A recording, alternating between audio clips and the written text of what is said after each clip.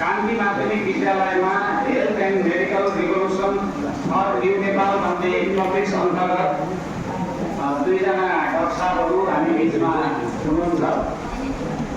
उहाँहरूले अत्यन्तै व्यस्तताका बावजुद पनि हाम्रो आग्रहलाई स्वीकार गरेर यो समय मिलाइदिनु भएको छ। यसको लागि हामी कान्ति माध्यमिक विद्यालयको तर्फबाट उहाँहरूप्रति हार्दिक आभार तथा धन्यवाद व्यक्त गर्न चाहन्छौँ।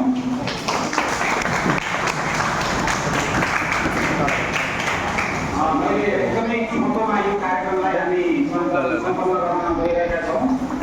आसन गर्नको लागि सर्वप्रथम डाक्टर सङ्गीत प्रधानजीलाई मैले हार्दिक अनुरोध गर्दछु।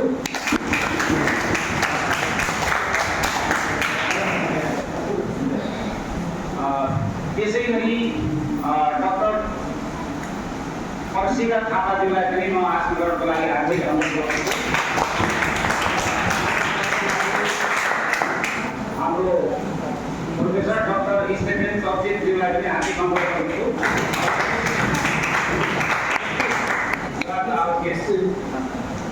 I am always promoting children.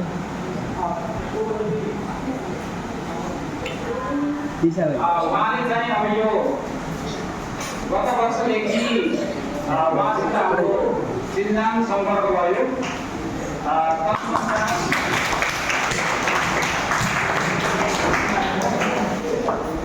उहाँले कान्ति माध्यमिक विद्यालयमा विशेष गरेर यो मेडिसिनल प्लान्ट्स मेडिसिनल हर्ब्सको बारेमा यसलाई चाहिँ नमुनाको रूपमा लैजान पाए हुन्थ्यो भन्ने इच्छा जाहेर गर्नुभयो। उहाँ एकदमै प्रकृति प्रेमी, बोट बिरुवा भनेपछि एकदमै हुर्कै गर्ने र सम्भवतः हामीले उहाँ आएपछि पनि दर्जनौँ यस्ता मेडिसिनल प्लान्ट्सहरू सञ्चालन गरेका छौँ। यद्यपि अब त्योभन्दा अगाडि पनि अब हाम्रो विद्यालयमा धेरै मेडिसिनल प्लान्ट्सहरू थिए। त्यसमा उहाँको भूमिका असाध्यै प्रशंसनीय छ। हामी बिचमा हाम्रो होस्टल वार्डन तुलनाथ पौडेल सर हुनुहुन्छ। सरलाई पनि म परिचित हुनको लागि हार्दिक अनुरोध गर्दछु। दिपा घिमिरे हुनुहुन्छ, उहाँलाई पनि परिचित हुनको लागि म अनुरोध गर्दछु। उमाकान्त पन्थी हुनुहुन्छ, विमला पन्थी,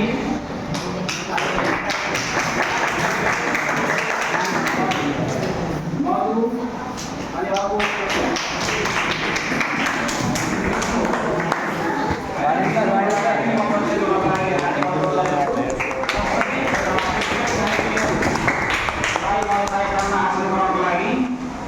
अनुरोध गर्न चाहन्छु। अब यो हामीले कुनै यस्तो रोग लाग्यो भने औषधि उपचार गर्ने, त्यसलाई अब औषधि खाने, निको पार्ने हाम्रो यो सामान्य जीवन पद्धति चलिरहेको छ। तर हाम्रो यो धेरै पुरानो औषधि पद्धति जुन छ आयुर्वेदको बारेमा हामी धेरै अनभिज्ञ छौँ। हाम्रा जडीबुटीहरू हाम्रो अब आफ्नो किचन नै एक किसिमको औषधालय हो। यसतर्फ हाम्रो नलेज कम भएको कारणले गर्दाखेरि हामीले बजारमा पाउने यी औषधिहरू किन्ने, खाने र रोगलाई निको पार्ने गरिरहेका छौँ। तर अब यो रोग लागेपछि उपचार गर्नुभन्दा रोग लाग्नै नदिने सबैभन्दा राम्रो उपाय हो। र अब हामीले जुन कन्ज्युम गरिरहेका हुन्छौँ औषधिहरू, अब यी औषधिहरूका विभिन्न साइड इफेक्ट्सहरू पनि छन् भने आयुर्वेदमा अब यो हाम्रा जडीबुटीहरू अब एभ्री प्लान्ट्स ह्याज मेडिसिनल भेल्यु भनिन्छ। सबै बिरुवाहरूको पनि कुनै न कुनै मेडिसिनल भेल्यु छ, हामी त्यसलाई चिन्न सकेका छैनौँ।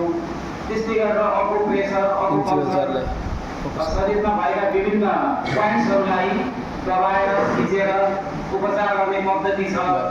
माटोबाट उपचार गर्ने पद्धति छ, पानीबाट उपचार गर्ने पद्धति छ, हावाबाट, चुम्बकबाट यसरी उपचार गर्ने पद्धति पनि छन्। तर त्यसको जानकारीको अभावमा हामी एउटा मात्रै वे अहिलेको जुन छ नि यो एलोपेथिक मेडिसिनतिर भर परिरहेका छौँ। तर अब त्यसको अलावा यो आयुर्वेद मेडिसिनतिर अथवा यस्ता अकुप्रेसर, अकुपङ्क्चर, हावा पानी, माटो, चुम्बकबाट गरिने उपचार पद्धति गऱ्यो भने साइड इफेक्ट पनि नहुने र हाम्रो खर्च पनि कम हुने यस्ता उपायहरू हुन सक्छन्। यस विषयमा मैले अब धेरै जानकारी त राख्दिनँ, तर पनि अब साइन्सको विद्यार्थी भएकोले थोरै धेरै जानकारी छ मलाई।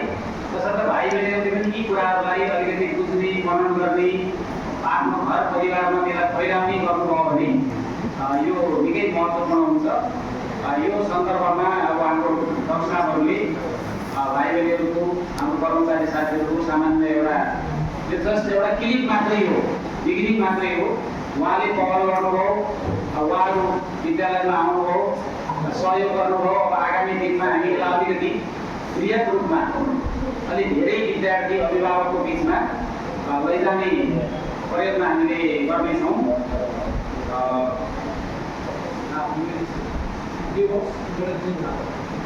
अब यसपछि अब हामीसित समय असाध्यै कम भएको हुनाले अब थोरै 2 शब्द राख्न